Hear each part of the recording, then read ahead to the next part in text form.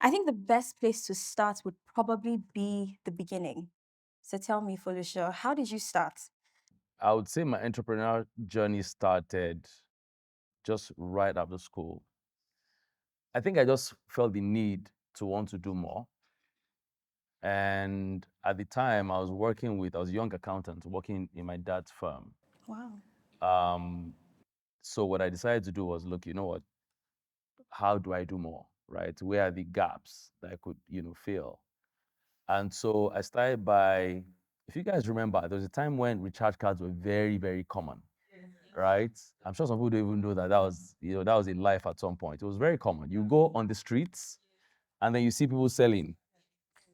So what I did was I hired about 3 boys or so, if I remember very clearly, and they were selling recharge cards on the streets. And we would, run accounts at the end of the day. I Wow. bulk buy, give it to them retail and stuff like that. And then by the side, I had another business that was making handmade footwear. So fast forward, moved from being a young accountant, went into banking. I still felt like, look, there's some energy somewhere. And I went into mobile electronics. So I was selling phones, selling laptops.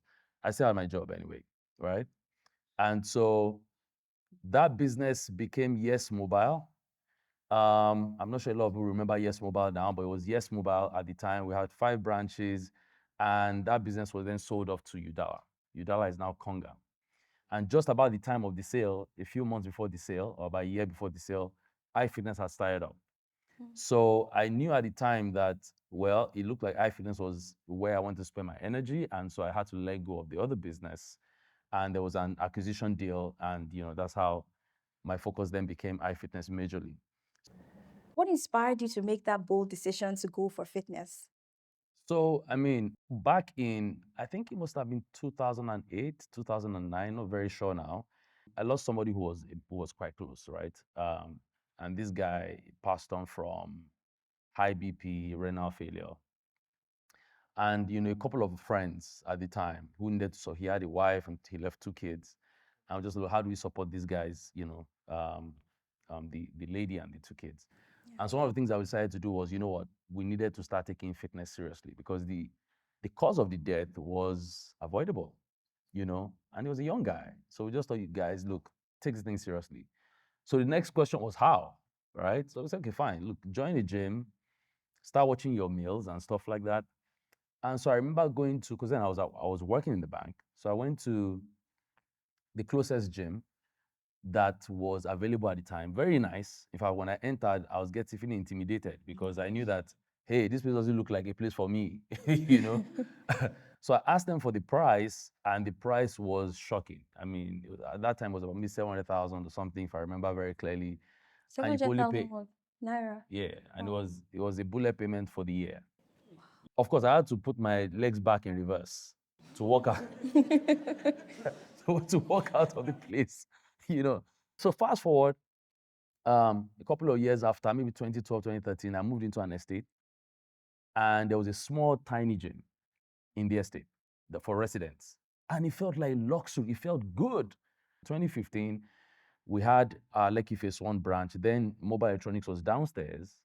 We were selling mobile phones, accessories, and all. And there was a space upstairs. And I thought, let's put a small gym upstairs. I said, look, we needed to make this thing common. And we're going to make the culture of fitness something that becomes an integral part of the urban lifestyle. And fast forward, now fitness is a lot more common. I think the joy for us is making this something that the average urban dweller can have. Mm. And we're not stopping at it. I think we're still taking our baby steps now. There's still a lot more to do.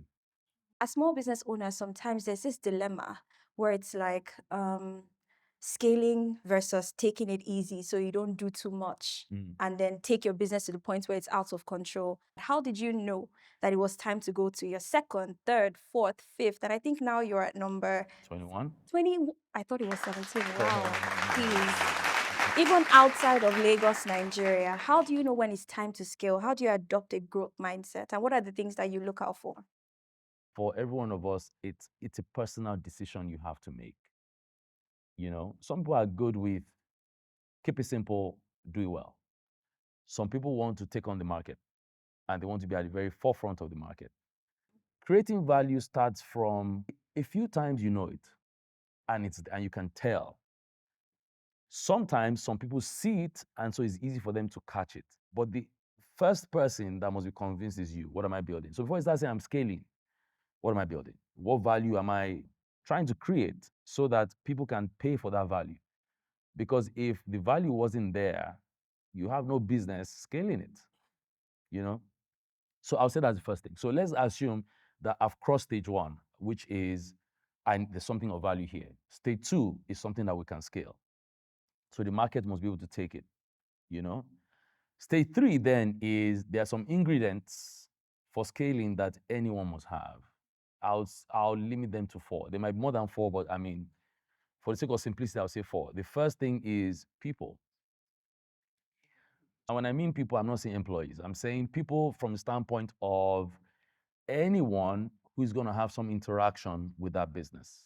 Okay, so you're talking about employees, you're talking about investors, you're talking about suppliers, you're talking about customers, as much as you can think about. Okay, so the second will be strategy. What strategy are you bringing onto the market? Oftentimes, we don't run a monopoly for our businesses. You see what I'm saying? You want to sell shoes. You're not the only one that can sell shoes. Mm-hmm. You want to sell water. You're not the only one that can sell water, right? And so if the other players are already in the market, whether they are or not, what's your strategy? What are you going to do differently, right? So for iFitness, it had to be something different. We want to make the culture of fitness common. We want to make it fun. We want to make it convenient, and so on and so forth. There must be a killer strategy. The third is execution, which is getting things done. When it comes to scaling, you're a master of execution, meaning that there must be a discipline to get things done. And there must be a system of getting things done. You don't have to know it all, but you must be open to learn it. You must be open to change. You must be open to adapt and make sure that execution is not slipping off. Why? If execution slips off, you can't scale. Hmm. You see? And of course, the fourth is cash to weather the storm. Once you get to the standpoint of saying you want to scale, cash becomes a master ingredient because without cash, you really cannot scale. To summarize, first is what do you want to create? Is this something of value? Two, do you really want to scale it? And is it scalable? Right? Meaning the market can take it and you've decided in your mind that you really want to scale this. You want to be the biggest in the market, you want to be the top of the market and stuff like that. That decision has been taken. Then the third will be those four things: people, strategy, flawless execution, and cash. Those four things. Oh, amazing, amazing. You know, as you were speaking, once you got to the cash part, it made me chuckle on the inside because whenever we're engaging with small businesses, they say, I need money. You know, Yoruba people say, Owo ni koko. So, how did you manage funding your business across the stages from startup stage to scaling and where you are today? It's a difficult process that every entrepreneur needs to go through. The news is if you solve that problem today, you're going to need to solve it in another 1 year or Oh, 2 years God. as the business grows. So there's never a time you say, done. Never. The only difference is that as the business matures and as you gain more track, it becomes a bit easier. But the early stages, it's a bit tough. And for obvious reasons, right? There's no track. And so you'll be left with, starting off with people taking a bet on you, family and friends, savings, and things like that, right? It almost becomes inevitable because when there's no track, oftentimes, it becomes, even if you were the one who was going to invest, think about it. I don't know this person. I can't see what they've done. Why should I go and, invest? Okay. Apart from maybe some areas where you have angel investors, you have grants and things like that. But you see, not every business is open to those things. If you've got a business that has those, you have to access it. And so you're left with the option of bootstrapping, engaging people who are close by, who would be able to take a bet. You do a lot of talking. And you hear a lot of no's. When people want to invest, a lot of times, they're investing in you as the person. The idea is there, but it becomes you as a person. So they're thinking, can I take a bet on this guy as a person? Can I take a bet on this lady? Because it is this lady I'm investing in. And it means that if lady fumbles, the idea is gone. Because oftentimes they're not in the business with you. They're not in the day-to-day with you. So those are the stages. But I think the long and short of it is we'll always be in that process. Can you tell us a little bit about the kind of growth process you have had to go through as a business owner? Are there things you had to change? Did you have to have honest conversations with yourself to say, hey, I'm not doing well at this? Did you have to upskill yourself? What has that been like for you? I studied accounting, but I'm not an accountant. If I was, you don't want to hire me as your accountant. I'll, I'll mess up your book. I'll mess up your books, right? But I sort of had an idea. You see, I did sales, and so I had some bit of sales ideas. I did HR, and I think that was a blessing because then I knew structuring, I knew managing people, I knew building manpower, training and the likes, employee policies and things like that. If I think back now, when I was going through all of those experiences, I wasn't going through them deliberately, thinking that I was going to use this in the future. It was just going through. Whatever experience you have now is probably going to pay off. I feel blessed in those areas because those experiences have really summed up to make me who I am. And so my advice is whatever it is, marketing, whatever it is you're doing, right? Can you just, take it on? Because those things are likely to be most likely going to be very useful in your entrepreneurial journey. Very useful. And it really doesn't matter what discipline it is. But again, I just feel that that's something to take away. But I mean, when it comes to mistakes, uh, there's so many of them, uncountable.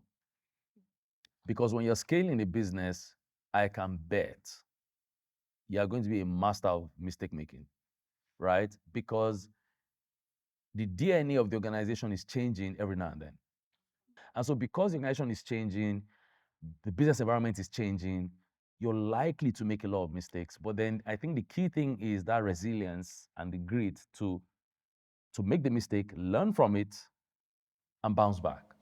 I'll just give you a few.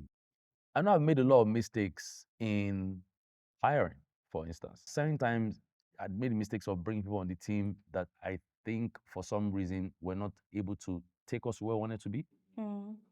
And because of sentiments and things like that, and everybody is a product of emotions, right? You don't want to let go.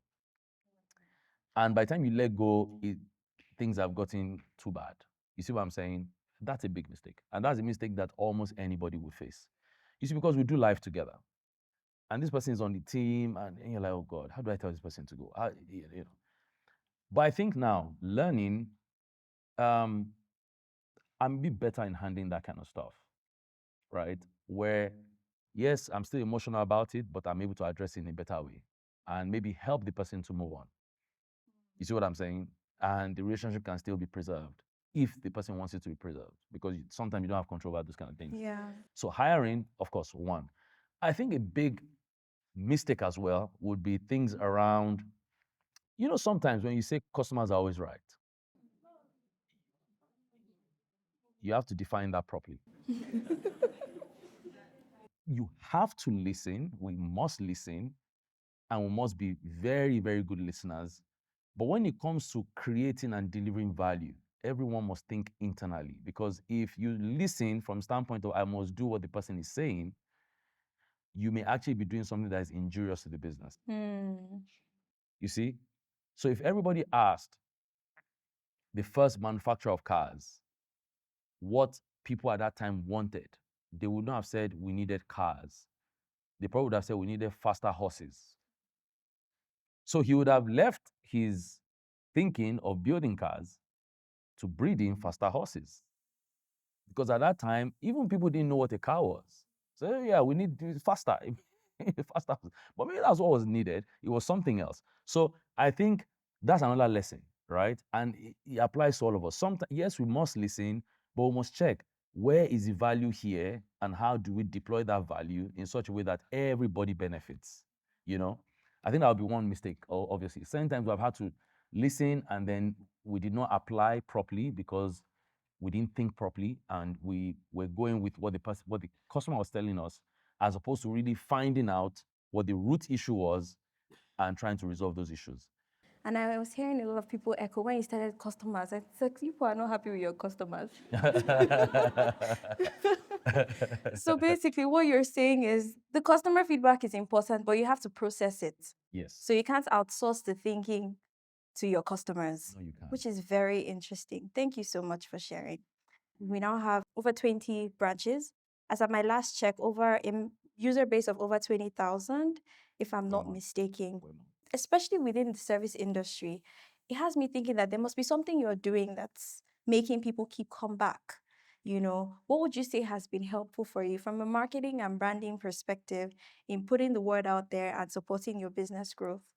First of all, convenience, right? And just making sure that this becomes more common. Because if it wasn't common, then adoption will be lower, right? Our business is more, it's still brick and mortar. You've got to go there. You see what I'm saying? You must go there. And there's that social aspect of my friend is there. I want to be there with my friend and stuff like that. Okay. And so the idea is, first of all, it's got to be common, very key. Second is that it also has to feel fun. Fitness is not food. So if you say, oh, guys, there's free food, everybody will come. Guys, there's free, let's go and lift weights. You've lost more than 90% of the audience already, right? Because it's not food. And so how do we make it more fun? As opposed to making it look like punishment.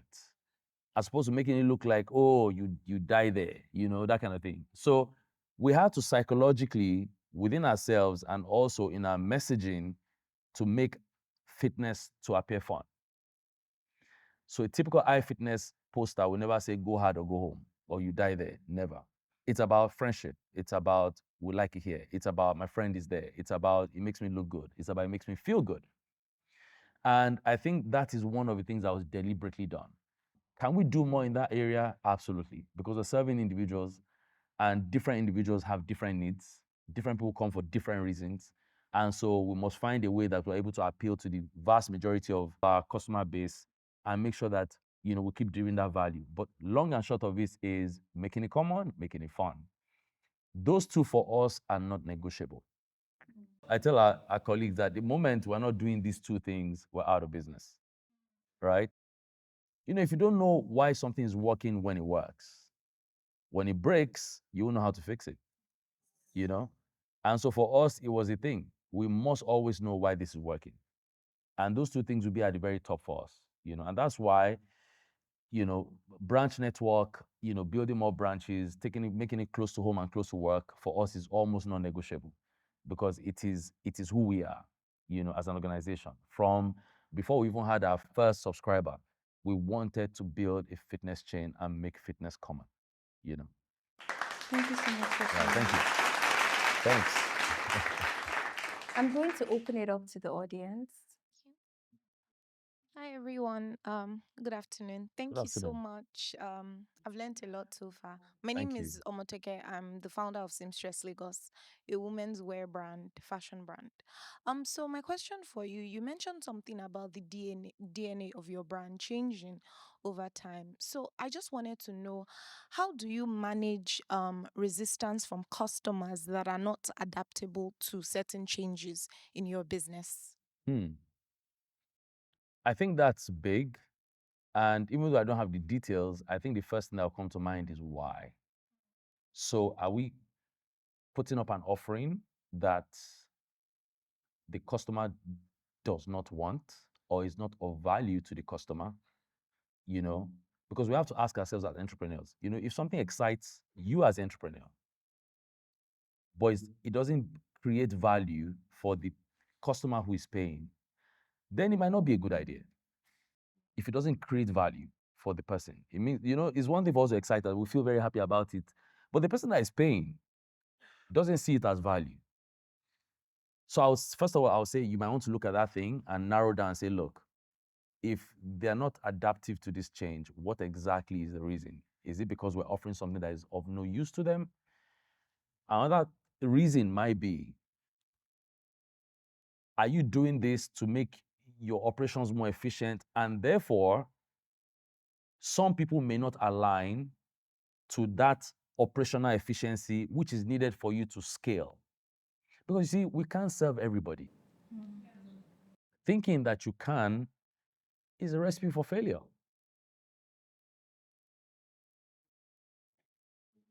Understanding that something is crucial to the operations of the business is one thing, meaning that this business cannot succeed if we don't have this operation in place. Okay, good. Yeah. If we have this operation in place, are we still able to serve a good number of people? They're able to pay for the service. And so this tiny minority that will not be able to pay, right? In the grand scheme of things, it just means that I'm still able to serve a good number of people. I'm operationally more efficient. And so those small percentage, right, you may have to look away. Because now you still have a big number of people that you need to worry about. And so the small number might just be people who, because of your operations, you are not able to serve them. Every organization must be able to clearly define who they want to serve. It just means that those people you can't serve may have to be served by somebody else. And you've got to be okay with that. You've got to be okay with that, because in trying to serve everybody, you will serve nobody in the end. So why don't you focus on the vast majority of people that you want to serve and build your processes, your operations, tailor it so much, work on it and keep perfecting it so that those people, they're happy, they feel much more comfortable. And so when you look, that looking away is not out of pride. The looking away is for your sanity as well. To be able to say, look, okay, you keep your attention on this small, let's assume it is a 3% or a 5%. You're troubled over the 5%, but there's a 95% they are failing to focus on. You are the one who is losing out. Why not focus on the 90%, 80%, whatever it is, the bigger number, and keep serving them and giving them more offerings so they stay? And so those people that are not adaptive to that change now becomes a thing of, okay, maybe we can't serve these people now. I think that's so you might want to look at it. I answered from those two standpoints because I don't have detail. But again, like I said, the problem might be from us, the entrepreneur, or the problem might be that you can't just serve those people. Thank you. so Thank you. much. Yeah. Good afternoon. Good afternoon. Thank you for the wealth of experience that you've shared here today. Thank you. How have you managed to democratize access to your business and still maintain value of the service, that is attracting high value clients? Thank you. So the thing with scaling is, which is a big problem that every business will face, is as you grow, movement naturally just slows in terms of things like execution, because now you get very big, right? So at some point, we could call a meeting and every staff will meet here now and we discuss now and we're done. They realize at some point, you want to call a meeting, you have to give 1 week notice because there are different people in different places.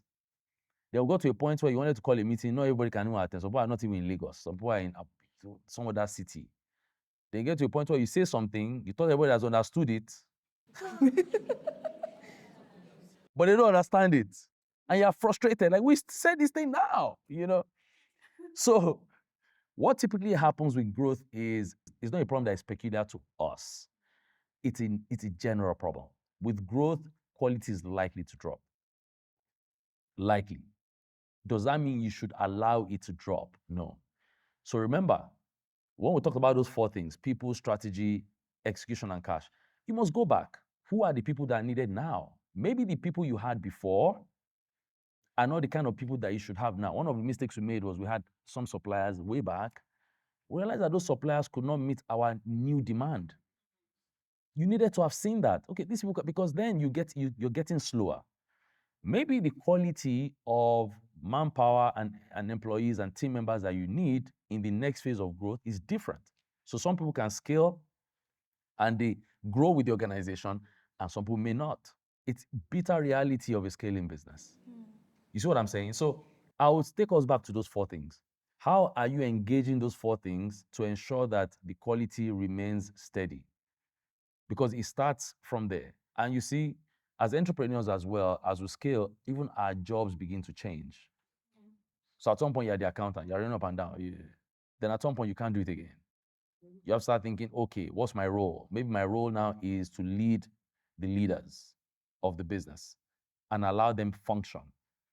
Maybe at some point you're casting vision, you are, so at every point in time, even we need to reevaluate what our role is. Of course, when the business is still young, you are a jack of all trades. At some point, with a lot more to do, your work begins to narrow. But the key thing in answering your question is it goes back to those 4 things. How are you engaging those 4 things? The set of people, under people that you needed in year 1, if your business has changed significantly by year 2, may not be the same set of people. And the key thing is not to do those kind of things when you're in the middle of it. Do it ahead. You're thinking ahead as much. Of course, when you're in the middle of it and you find it, you change. But it's always best when you start thinking ahead. Okay, what's the business going to look like in another 1 year or 2 years? It helps us to start to imagine that new world before it comes. But again, even when it comes and you have not fully imagined it or thought about it, we must be quick to react. Otherwise, the problem is that value will begin to drop, quality begins to slip. And once that happens, it just means that the business is on a nosedive, you know. Thank you so much. Thank A you. round of applause. We're going to be wrapping up now, but I have to ask one question and then we'll close out with your closing words. How many of you have been hearing AI, artificial intelligence? Technology keeps changing every day. From your perspective, having been in business for this long, what would you say is the role of digital technology? How has that helped in your business? And what's your advice for small businesses in the room who want to take advantage of technology to grow? I would say it's almost inevitable, right? So I want to say it from the standpoint of systems. It is, for scaling, it is not negotiable. And the right system at the right times. Some systems might be overly too costly now. There's no even need you going to go and put those things, those kind of systems in place. But again, the right system at the right time that the business should have and business can afford must be put in place. Otherwise, scaling becomes a nightmare. So I very much align with that. It's something that it's not even an option. It's something that must be done.